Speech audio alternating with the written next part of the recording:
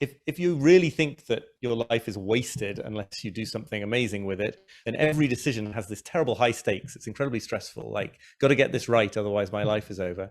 No, if you don't need that in the first place, then you can take those risky, bold decisions with a light heart, because you don't need them to work out exactly as you plan or anything like that. What does it take to do the impossible? What does it take to level up your game like never before? What does it take for individuals, for organizations, for even institutions to achieve paradigm shifting? Nothing is ever the same again. Breakthroughs. Our mission is to decode the neurobiology of flow and cognitive peak performance. Access the minds of maverick scientists, groundbreaking innovators, and world-leading experts to understand what it takes to achieve ultimate human performance, so you can feel your best, perform your best, and accomplish your boldest goals. I'm your host, Rian Doris, and together with best-selling author Stephen Kotler, I present to you Flow Research Collective Radio.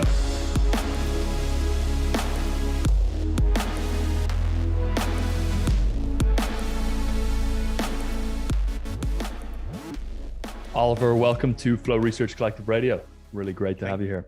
Thank you very much for the invitation.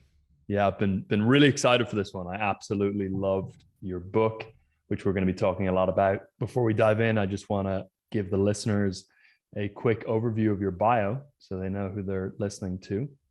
So you are the author of the New York Times and Sunday Times best-selling book, 4,000 Weeks, which is about embracing limitation and finally getting around to what counts, along with a number of other books: The Antidote, Happiness for People Who Can't Stand Positive Thinking, and Help, How to Become Slightly Happier and Get a Bit More Done, which may be my favorite title. Very British, very British. Yeah. And for many years, you wrote a popular column for The Guardian called This Column Will Change Your Life, also a great title. And in your email newsletter, The Imperfectionist, you write about productivity, mortality, and the power of limits and building a meaningful life in an age of distraction.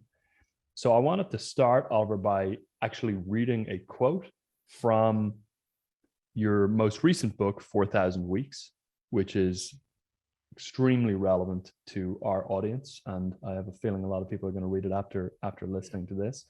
So a little bit of a long quote, so excuse me, and then I would just love to hear your breakdown from it.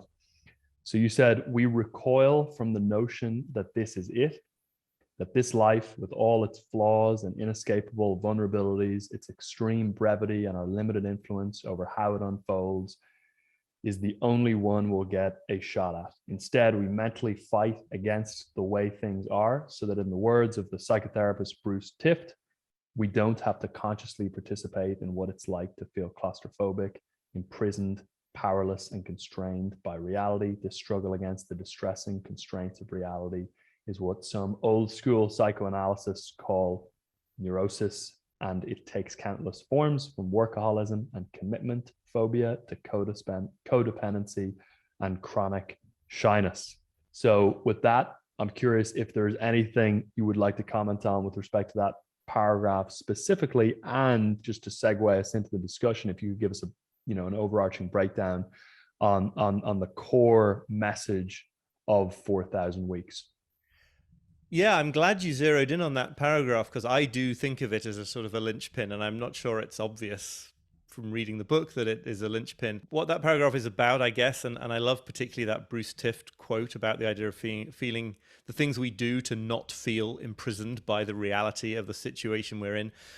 It really speaks to this point that I'm very keen to drive home, that I think an awful lot of the ways that we behave in our lives, including the ways we try to manage and control time and deal with being overwhelmed by too much work and all the rest of it, they have this sort of hidden agenda. They're not primarily ways to get the most out of life or to achieve our most cherished goals or whatever we might tell ourselves they are. They are actually ways to not have to feel certain feelings that are associated with being a finite human, having very limited time, having to make choices about what you do with your time, having to sacrifice certain totally great potential ways to spend your time in order to focus on other ones.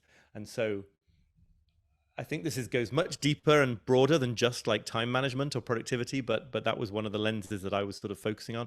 And I think that sense of like where we go wrong because there are things we don't want to feel is kind of central to what I'm talking about. And the inverse as well, which is that if you can let yourself even just a little bit feel those things, it's incredibly empowering. Like if you can sort of give up that fight a little bit, you're actually in a far better position to spend your life accomplishing the most amazing things that you're capable of, to have the peace of mind that you wrongly think you're going to get by getting into control over your time and getting super efficient and super optimized, actually by sort of dropping back down into the reality of what it's like to be one of us. There's a huge amount of empowerment there.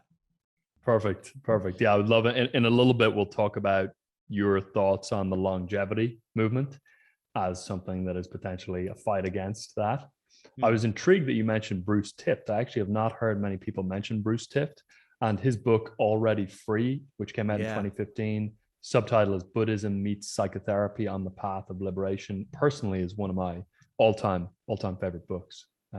He's like a little bit of a hidden secret, because I agree, you don't necessarily run into references to him all over the place, but whenever you do run into someone who knows about him, they're like, oh, that book was totally like, yeah, no, absolutely. He's very important to a lot of people, I think. Yeah, it's an incredible book.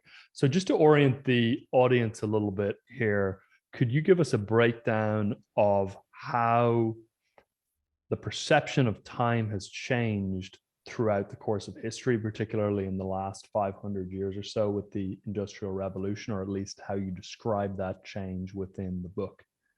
Yeah, I think this really goes to the heart of a lot of it, because it's really an attempt to get right down to the sort of most basic assumptions that we make about how our experience of time just has to be, right? It just feels like certain things feel like that they're so basic and given to how we must experience time that they can't ever have been different.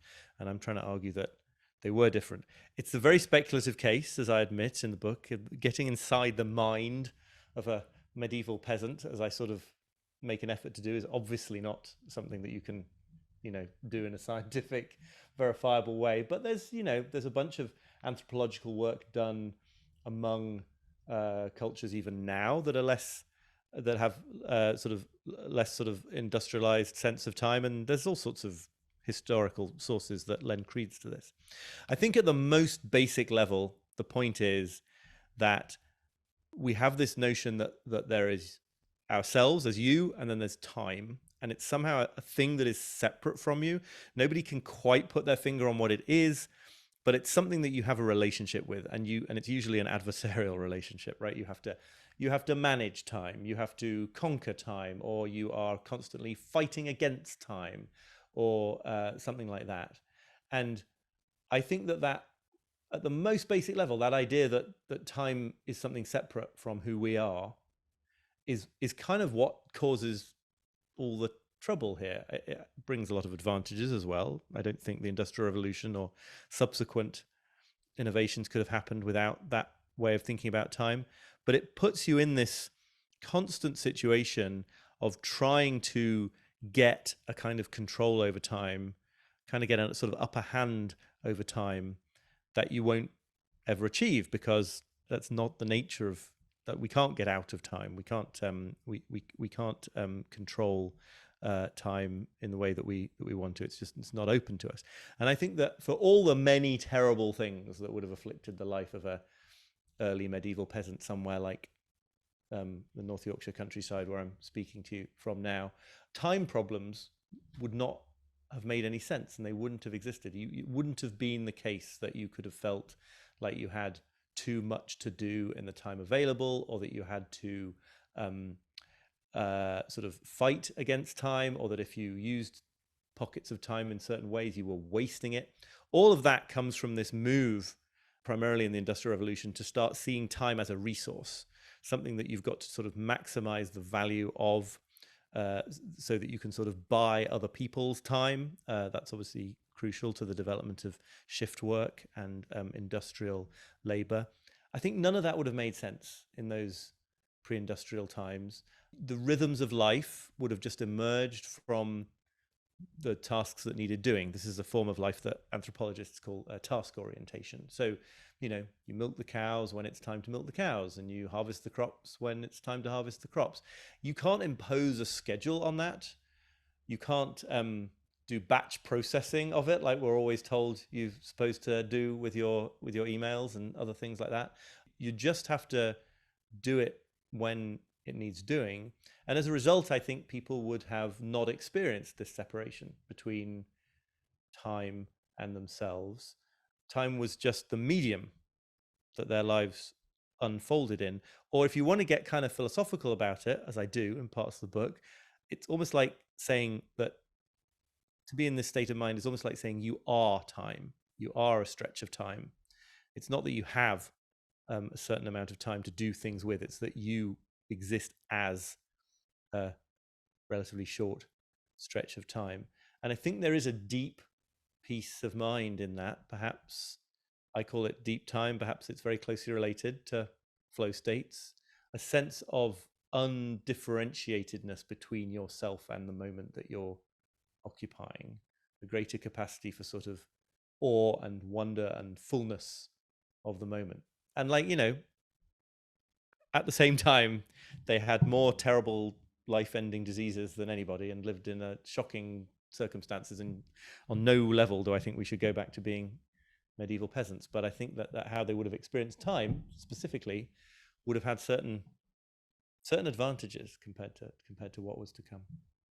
Steven Pinker, in his book, I believe it's in the Better Angels of Our Nature, quotes a statistic, I might be slightly off on the number, but that 17%, I believe it was 17%, of all deaths pre about 200 years ago used to be of violent nature, meaning someone getting bludgeoned to death or thrown off a building, or a bow and arrow going through their head or whatever it is. And so he kind of emphasizes what you're emphasizing there, which is that there are amazing things about modernity, but potentially also a lot of amazing things that have been lost en route to modernity. And I just think it's not a question of saying let's go back to a completely different way of experiencing time. I don't think it would be possible, and I don't think it would be desirable. And I think that when people talk about all the wonderful things that modernity has brought, anesthetics in dentistry and all sorts of other things that make life so much more tolerable.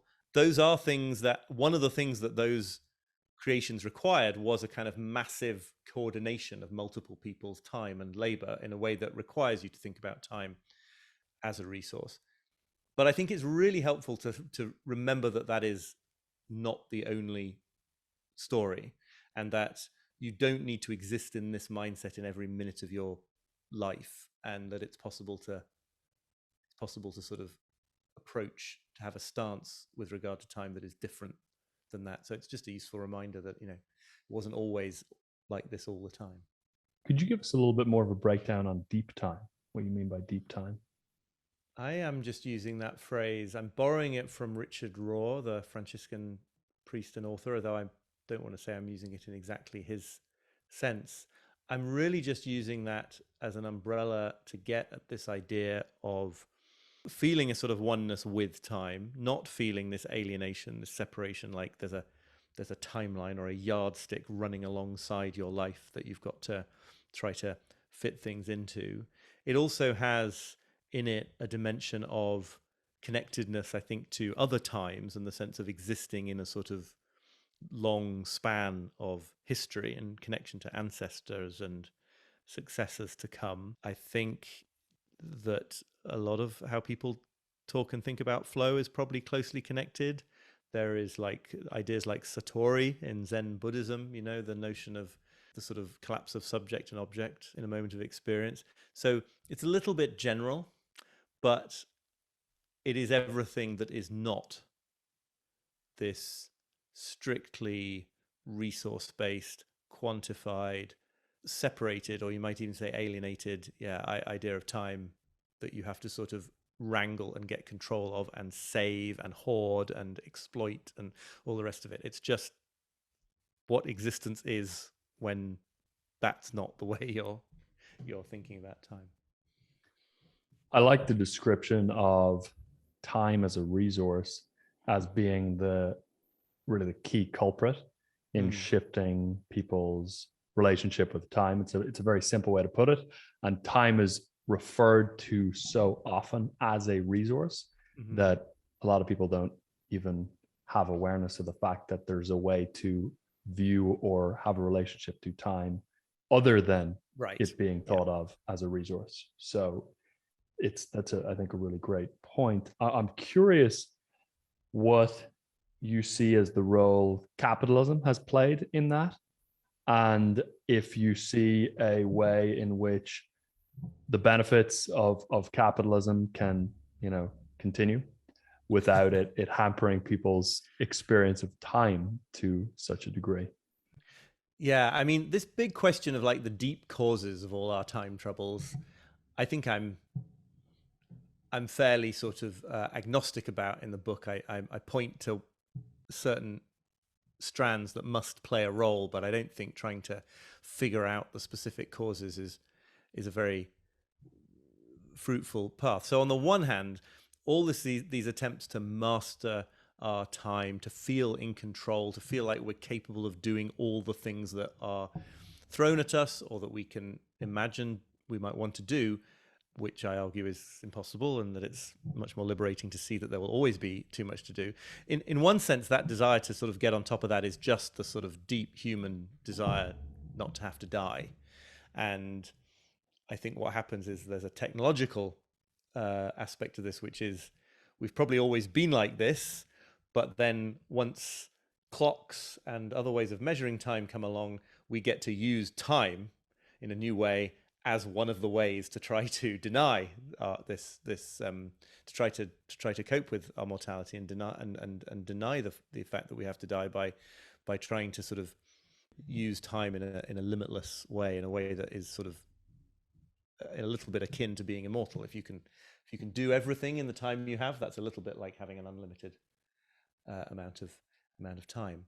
So then, is capitalism a consequence of that, or a cause of that? It clearly just is a system that has huge affinities with and is helped along by this way of thinking about time, because number one, it's a sort of machine for extracting financial value from anything it encounters, and the commodification of time is a way to, it's a whole new resource when you can buy and sell time in that way, and find ways to extract greater value out of the same portion of time. And then, of course, slightly more cynically, capitalism and consumer capitalism especially has this interest in, quote, interest, in keeping us always on this treadmill of trying to get in control of life, trying to break through our most basic limitations, holding out the promise that the next purchase or the next promotion will finally bring this kind of sense of peace of mind through the control of our time and our lives. So there's that as well. I mean, I'm quite hopeful in one sense, and sort of drawing on ideas that I know Cal Newport, for example, has written quite eloquently about, that in some ways I'm not a sort of doctrinaire Marxist about the role of capitalism, and in some ways the kinds of work that are coming to the fore in this era of capitalism, just in general, knowledge work and work involving the manipulation of ideas and creativity and all the rest of it, that seems to go along more with a sort of a sense of deep time, and the importance of being able to connect to this other way of thinking about time, and not being caught in this kind of impatient, totally sort of resource maximizing mindset. Like you create better things in a world that where there's a lot of market value to being able to like tell stories well, or inspire people, or think original thoughts in an academic field or something like that. Like, you're going to do that better if you are not completely locked in that sort of assembly line way of thinking about time. So maybe that suggests that capitalism can thrive, and this sort of other way of relating to time can thrive. Because obviously, as you know, right? I mean, flow states are an interesting example of something that is deeply meaningful to experience, and in many lines of work is going to pay off if you can get into them more frequently. So it's not like these two things necessarily have to be opposed to each other. That was one of the things I wanted to actually ask you about. There's two reasons the sort of techno utopian part of me actually feels optimistic about this. The first is that my hope, at least, is that the innovation that capitalism produces and the technological process or progress that it produces continually makes the kinds of labor that are not conducive to flow and that require a very high level of the commodification of time redundant more and more and more. And so that, ideally tedium becomes, more and more automated. There's a great quote by I believe he's a British mathematician, Alfred North Whitehead, which is that civilization advances by extending the number of important operations we can perform without thinking of them. Yeah. Which I think is an interesting one at getting at that. So part of me hopes that the engine of capitalism actually makes redundant the commodification of time. And then to your second point, as knowledge work increases and as tedium is automated to a greater and greater extent, what is productive is leveraging what we have as unique human capabilities, creativity, complex problem solving. And in that kind of work, time can't be used in the same way. It's more non-linear. The knowledge work becomes more non-linear, where in 1 hour on a Tuesday afternoon, you may produce something that was worth the whole of the last 3 months in terms of outputs. You kind of have to change your relationship with time. And then also flow. I mean, we talk about flow as both presence and productivity in one state, or both engagement and output. It both feels incredibly satisfying and fulfilling in the moment, and it is associated with increases in performance. So I'm optimistic about the use of flow as well, to give people both the ability to be productive whilst being present simultaneously. Yeah. And so often these sort of, at the most abstract level, these arguments about capitalism with a capital C seem to be like, you can just go with wherever your political leanings go. So you could, the situation you just described could be seen as, and I lean a little bit more to this, as capitalism through its development, making redundant those forms of time and giving opportunities for this deeper way of relating to time. I can imagine someone saying that was just capitalism in an advanced state co-opting those deeper, more spiritual levels of life for its own ends, like it co-opts everything. So I guess we have to judge by the output, whether the result in terms of innovation or the result in terms of social welfare is good or bad. So we'll see. Exactly. We'll see. I feel optimistic. I feel, it's been interesting. I am lucky enough to be able to spend a huge amount of time with entrepreneurs, and the upfront view that I at least personally get, and this is just completely anecdotal and probably very biased as a sample, but is that, entrepreneurs view what they do, even though it is very capitalistic, as similar to art or creation. And there's a huge amount of fulfillment and excitement and joy within these pursuits. Yeah, absolutely. Yeah. So we'll see what happens. So I want to shift gears. I want to hit you with another of your own quotes for a moment. This one's another long one, so bear with me here. So you say, and this is about cosmic insignificance therapy.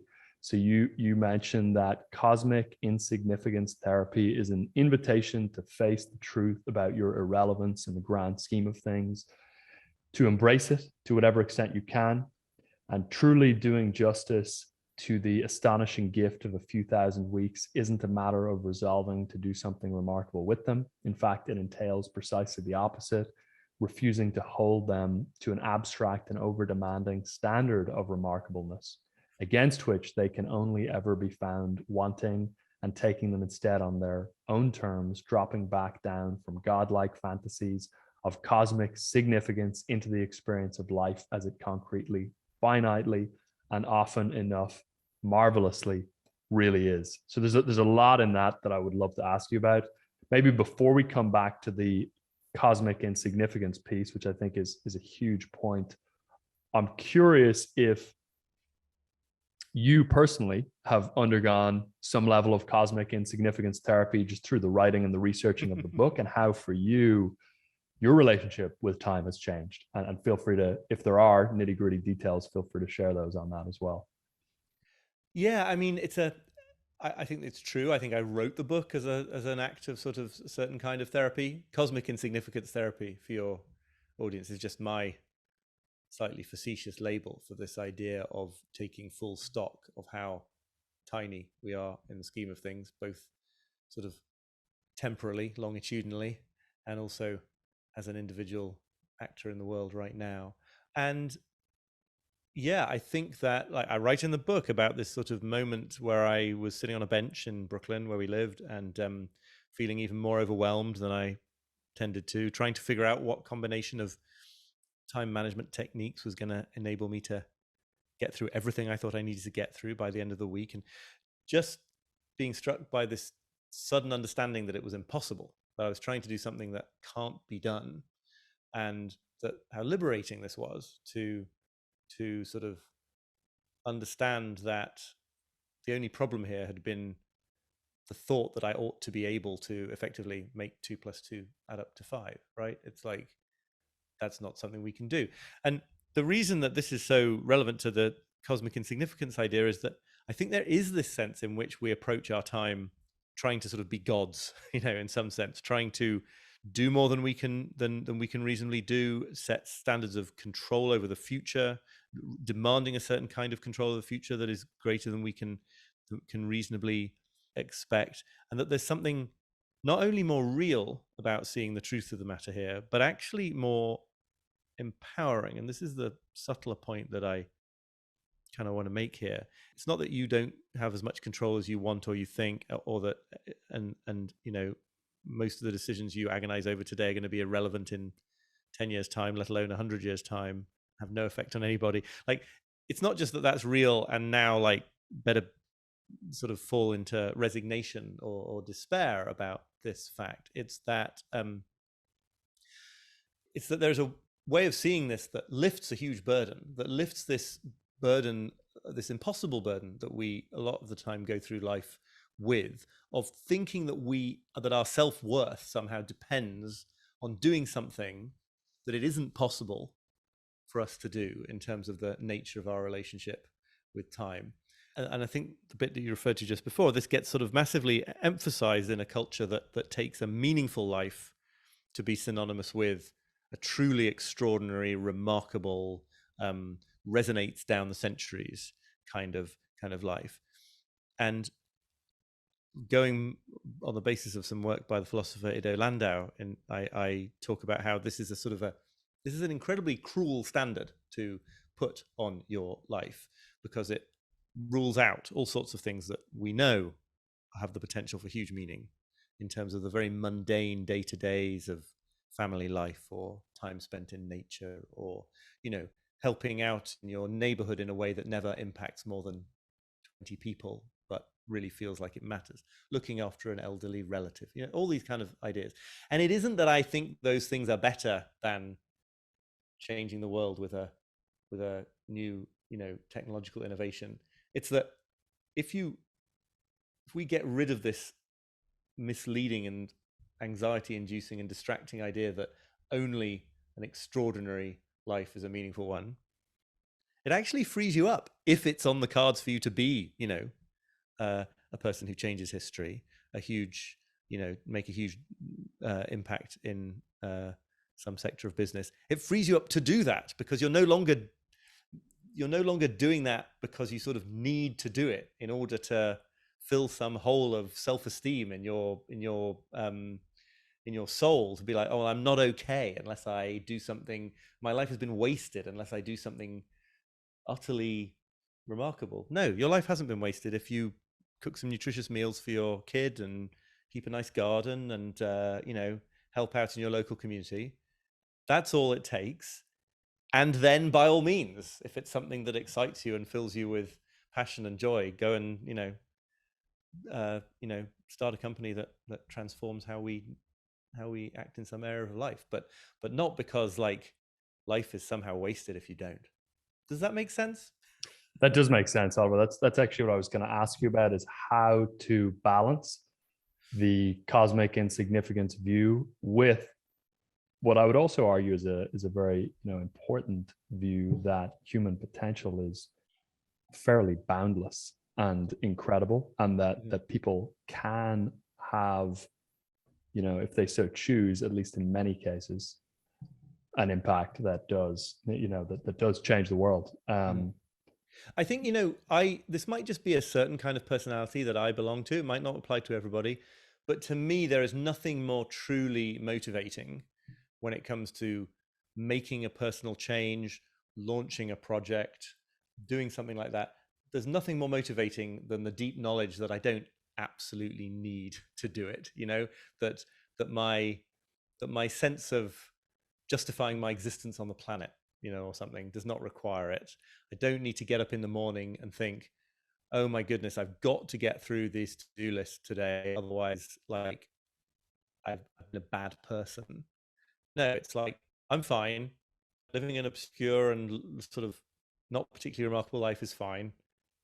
And then from that baseline, I feel like I'm free to try out more things and to take risks, right? Because if you really think that your life is wasted unless you do something amazing with it, then every decision has this terrible high stakes. It's incredibly stressful. Like, got to get this right, otherwise my life is over. No, if you don't need that in the first place, then you can take those risky, bold decisions with a light heart, because you don't need them to work out exactly as you plan or anything like that.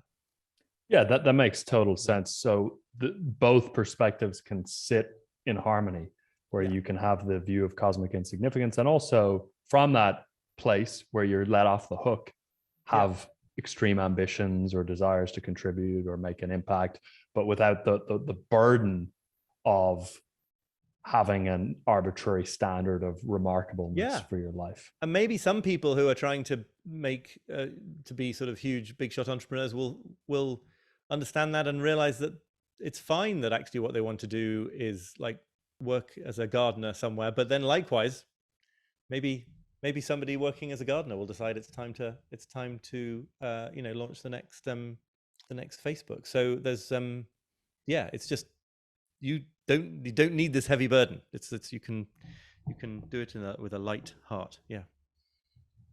The other thing I want to touch on is what you mentioned around meaning. It's a really interesting point that meaning in life is often conflated with having a life of sort of fireworks, where you're building and creating and jet setting and doing all these highlight reel level things.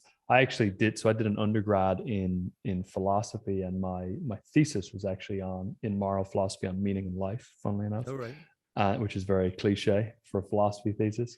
Well, no, I bet it isn't, right? Actually, I bet people don't do philosophy theses on the meaning of life, right? It's like, so they think it's got to be some tiny obscure analysis of linguistic forms or something, right? Yeah, exactly. No, it's very meaning in life. The literature on meaning in life and philosophy is, to your point, is actually quite niche, and it's also quite a lot of it. The more recent literature is quite fresh, and it all happens within moral philosophy. But there was a couple of distinctions that were kind of core to the thesis and are core to the current thinking in moral philosophy on meaning, which is a differentiation between the meaning of life and meaning in life, with the point being that there's no need for an overarching meaning of life to have meaning in life. And then within the meaning in life, there really are two separate tracks that people go down within moral philosophy. The first is what they refer to as a meaningful life in the analytic sense, which is so an objective view of a meaningful life. And then the second one is sense of meaning, Right. and the actual experience of meaning in life versus the view of a meaningful life, you know, from an objective standpoint. So Yeah. I'm curious what your experience has been with respect to broadening your, you know, your definition of meaning beyond highlight reel type stuff. Although, to be fair, your book is your book's been huge, so that definitely kind of lives up to the fireworks. But yeah, I'm curious how you would advise people to expand their definition and expectations of meaning. Yeah, I mean, I think that's a fascinating. It makes a lot of sense, that dichotomy within the academic philosophy that you mentioned. I think, in all honesty, I'm just on the sense of meaning side in that. I don't think I've spent a lot of time thinking about what an objectively meaningful life might be, and I have spent a lot of time thinking about what that sense of meaning is that we know when we get it.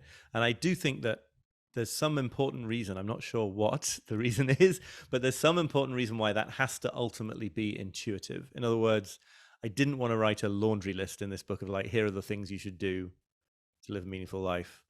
You know, prioritize relationships over money and spend lots of time outdoors. Like, A, we all know that anyway. So it's not interesting, but B, like, that misses the meat of the matter to me, which is that, which for me anyway, is that felt sense of meaning. I love this quote that I talk about in the book from James Hollis, the Jungian psychotherapist, about asking whether a given experience or choice or path in life enlarges me or diminishes me.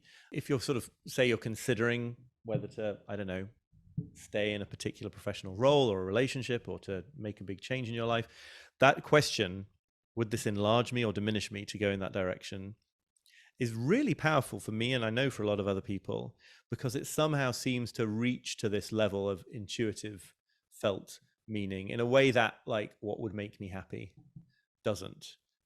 Partly because we're just terrible at predicting what's going to make us happy. The research is clear on that. And secondly, because it gets at this idea that maybe happiness isn't the whole goal of life.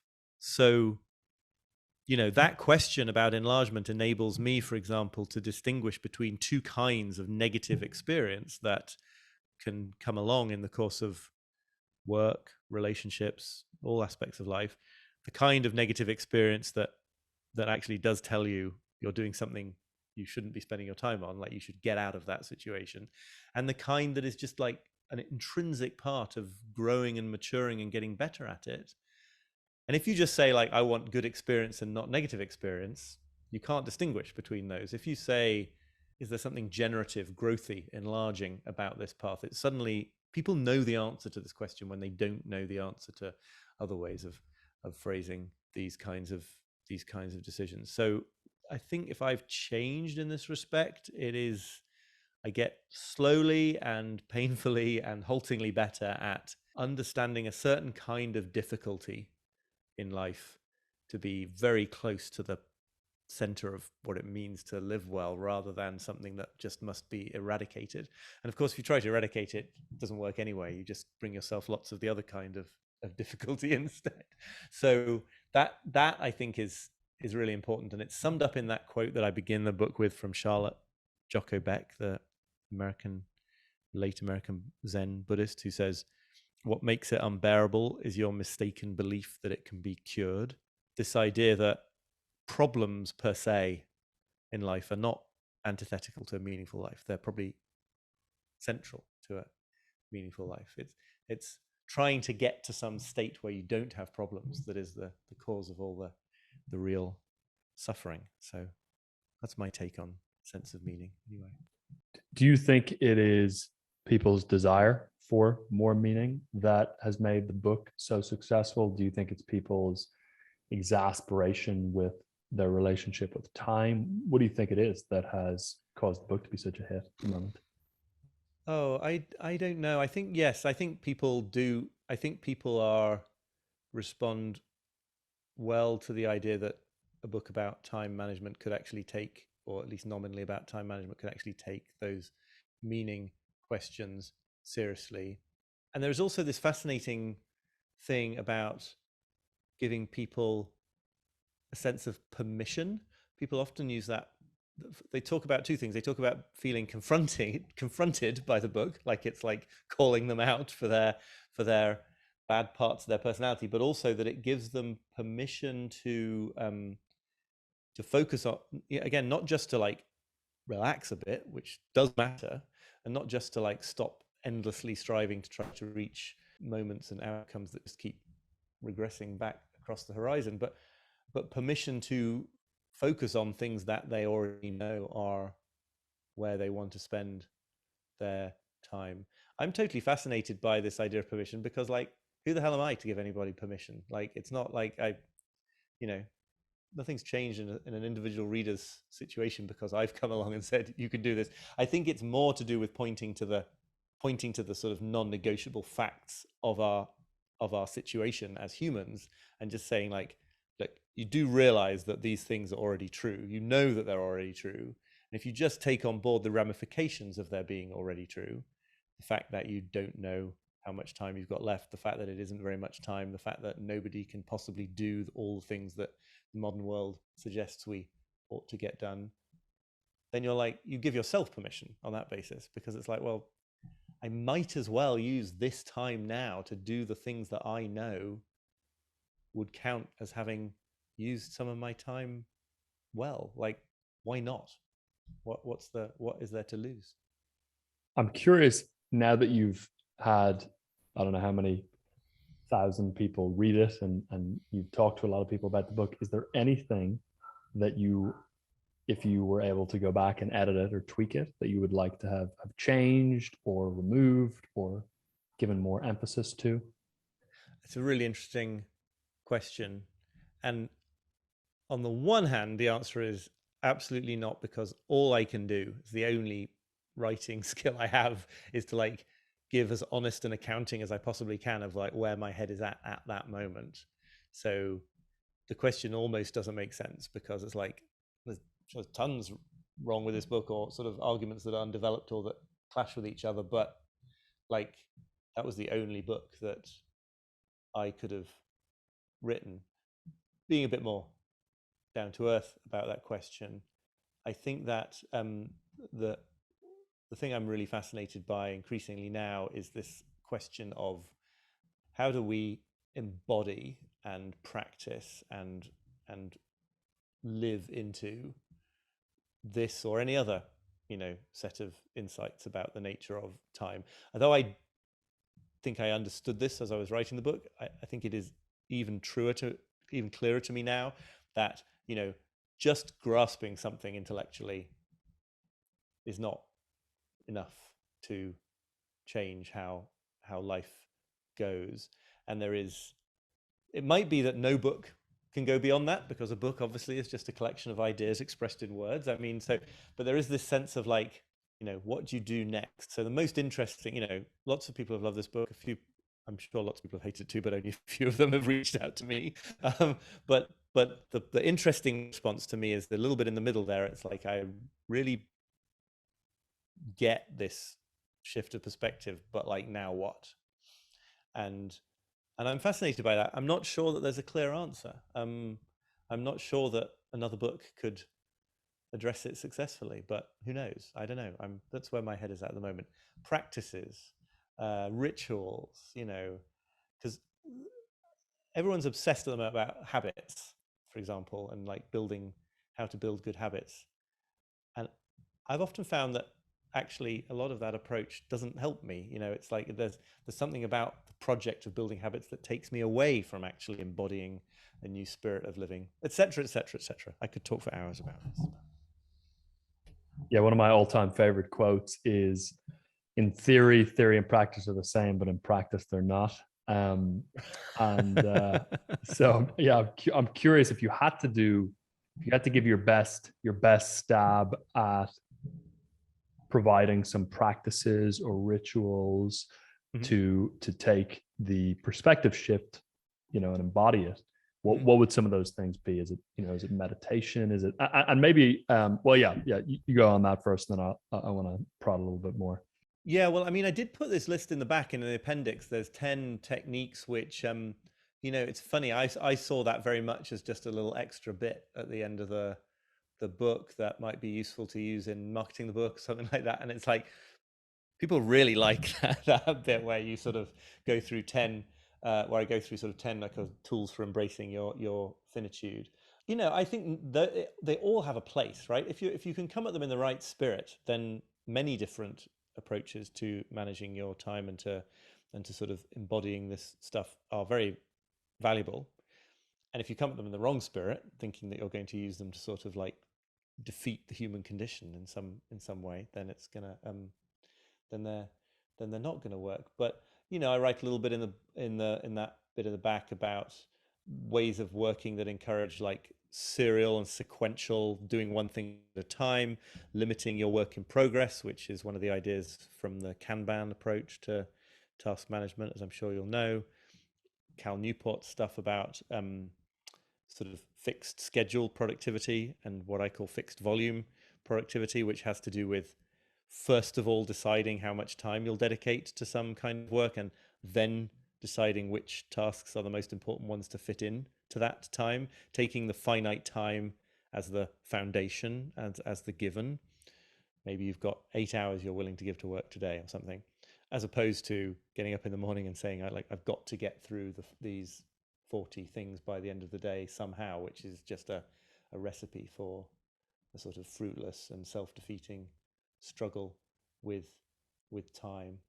The only reason I don't go around preaching about meditation is because I would feel a bit of a hypocrite, because it's not something that I've ever, I mean, I do it and I have done it in a fairly disciplined way, but I don't have sort of ongoing, regular, formal seated meditation practice right at the moment.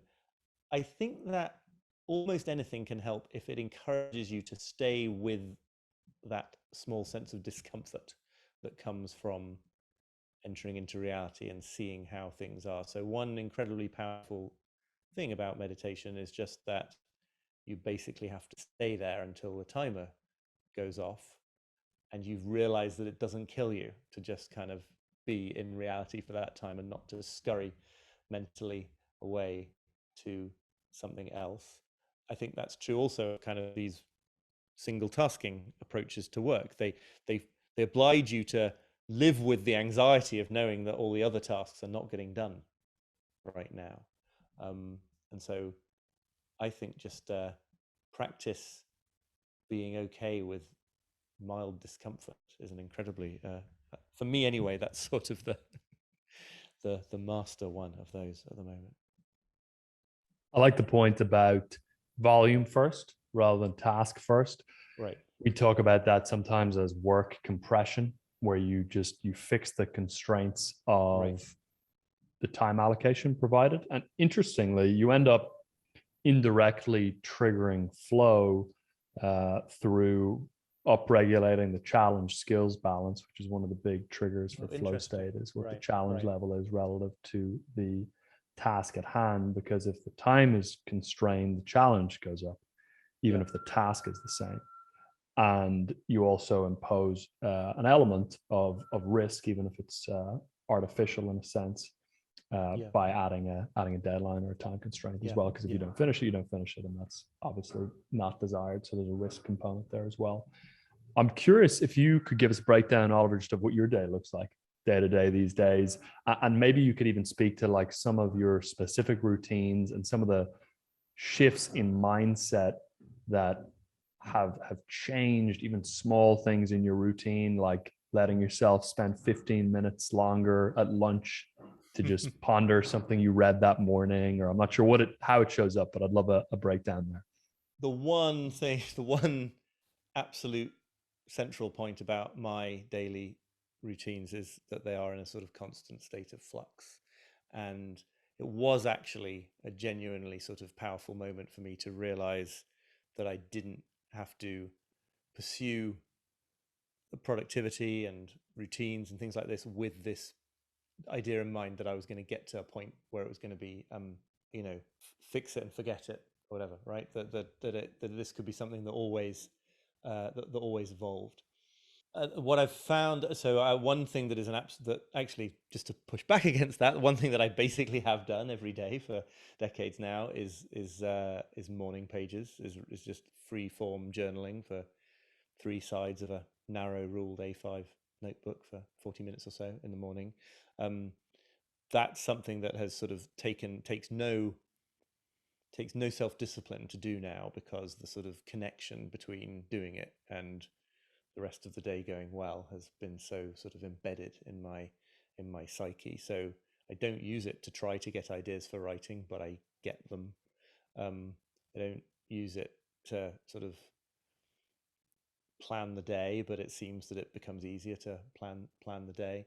I think part of that may simply be a sort of cobweb clearing exercise, but it also, if there's sort of insights and ideas that I'm coming to understand in my own life, that's a good opportunity to sort of embed them, instead of just like, it's great if you understand something in like a therapy session or something, but if it's going to be another week till you think about that again, it's not so useful.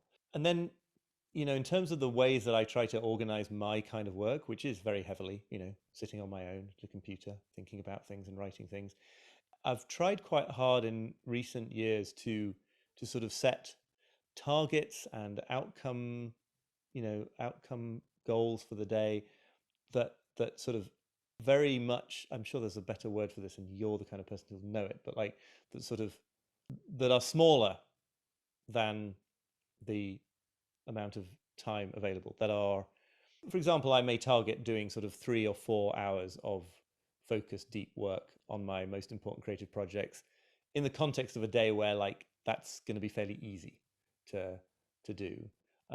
Not the kind of technique, and this has been my sort of struggle with classic time boxing and time blocking, not the kind of approach where from the moment I get up, like everything has to go exactly right for it to be a successful day. I know that the wiser promoters of time boxing, again, Cal Newport most obviously would say like, no, you can respond to interruption, you can go with the flow, you don't need to sort of see it as a straitjacket. But something deep in me does see it as a straitjacket, and so I've found it, generally speaking, more fruitful for myself to have these sort of certain targets about quantities of work, but then not to try to fix them rigidly into the calendar. And then just one other thing that I've found useful recently is to sort of be quite explicit about, when it comes to habits, if I'm trying to spend a certain amount of time doing something or do something a certain number of times per week, that idea of a sort of rolling average, or of trying to do it most days with some kind of very deliberately impressionistic level of target, instead of I will do this every day, or I will do this number of minutes every, there's something about those goals not being super rigid that helps me actually fulfill them. I love the morning pages example, and what you mentioned earlier about habits as well. I've always found it questionable, the research on habits that says it's 30 days to ingrain a habit, or it's 60 days or 90 days, because the level of a habit being automatized is a spectrum. And to your point with morning pages, with a habit like that, where it's years and years and years of doing it and it's utterly effortless, that is a much deeper level of ingraining and automaticity than after 60 days or 90 days or whatever it is. And so I'm curious what that looks like for you. Do you do it, by hand always? Do you type it?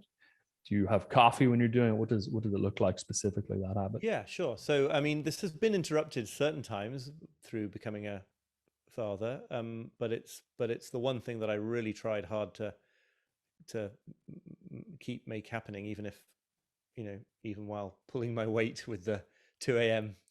wake ups and all the rest of it.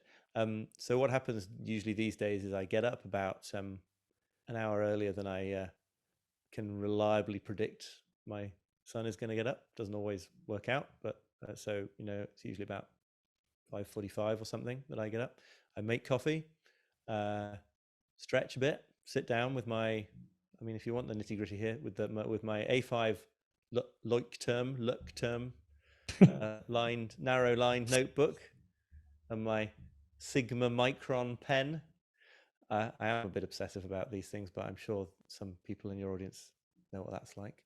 And I write in longhand, 3 sides.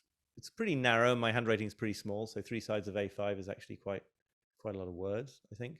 And that's it. I mean, the subject matter tends to be more like, I guess it would look, if you saw it, and you never will, it would look more like psychotherapy than like creative writing. It would look more like, working through my issues than coming up with a business plan. It would, that sort of thing. But it could be anything. Assuming there's no prompt definition. then. No, I've never really. I don't think there's probably not canonical sort of Julia Cameron morning pages in various ways. So no, there isn't. It's just literally something usually feels like it needs getting down on paper at that time. And the rare occasions that it doesn't feel like that, it's really good to write anyway, because then you surprise yourself. Yeah. Just 2 more questions for you, Oliver, and then I'll let you jump because I know it's getting late there. First off, children, how have things shifted on these topics of time and meaning since you've become a father? Oh, kind of immeasurably. But then in another sense, I think that it's probably true that mostly what parenthood does is sort of throw into relief certain things about time that are true for everybody. So I'm sort of at pains in this book when I'm writing about parenting not to make it only relevant to people who happen to have small kids at home. But nothing will remind you of your finite amount of time you have in a day than suddenly having at least a third of your discretionary time every single day suddenly spoken for an indefinite period. And also, nothing will attune you, I think, quite as much that I've experienced to the sort of nature of impermanence and the necessity of being in the moment of your life than the fact that, like, especially in the early years, our son is only 5, but like, already it feels like there's been like 10 different stages that are all gone now, except this present one. And so that idea that sort of moving into new areas, doing new things, developing and growing entails a flip side of loss at every stage is that sort of poignancy is incredibly brought home to you, because it was only 2 or 3 years ago that 2 years ago that I was sort of pushing him in a stroller, and that whole thing is gone now. And like, that's true of all of life and of every moment in a certain sense, and it certainly doesn't just apply to parents, but it really brings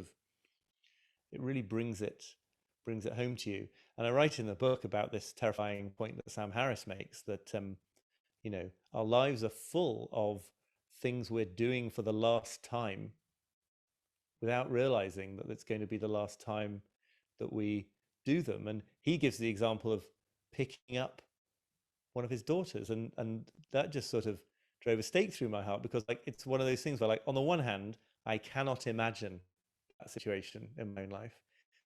On the other hand, the fact that one doesn't pick up 30-year-old children, that my 70-something father doesn't pick me up when we meet up, is proof that it definitely is going to happen. And like, that's just like, wow, that really brings it into perspective.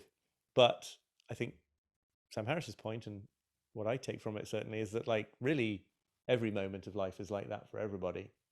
There's something about parenting that puts a finer point on it. And then all the other things, like, not being able to exert total control over your time. You better believe you can't do that when you're responsible for people whose sleep cycles are, whatever they're going to be, and moods and tantrums are going to be whatever they're going to be, and you're going to find out quickly that actually not having that control is core to the meaning of the experience. It would be a disaster if you did have that kind of control. Love that breakdown. That's a great example from Sam Harris as well. The final question is one we usually ask academics, but I'm really curious to get your take. We call it the research Genie question, and it's a question about a question. So if you could click your fingers and immediately have all of the research done, the randomized control trials or whatever is required to get the answer to any question, what would the question be? Wow. Yeah, I don't know if I probably am not able to formulate that in a way that would make sense as an academic question, but I suppose, yeah, I mean, the question is coming back to what we were talking about a little while ago, like, what is the most reliably effective way to cross the knowing doing gap? It is about like what really works in that respect. I'd also like to know if we have free will. I think that would be useful if the philosophers could get onto that. I don't know if it can be handled through randomized controlled studies though. I mean, Sam Harris partially thinks it can. Right. Yeah, exactly. So, well, listen, thanks so much, Oliver, for your time. This was really fantastic, and yeah, appreciate the generosity, and yeah, really enjoyed this, and I know our audience will too. So thank you so much. Thank you so much. I've really enjoyed the conversation. If what you've heard on Flow Research Collective Radio has been helpful, please consider doing us a solid and leaving us a review on Apple Podcasts, Spotify, or wherever you are listening to this. Reviews help us connect to a wider audience so we can get these peak performance principles out to more people.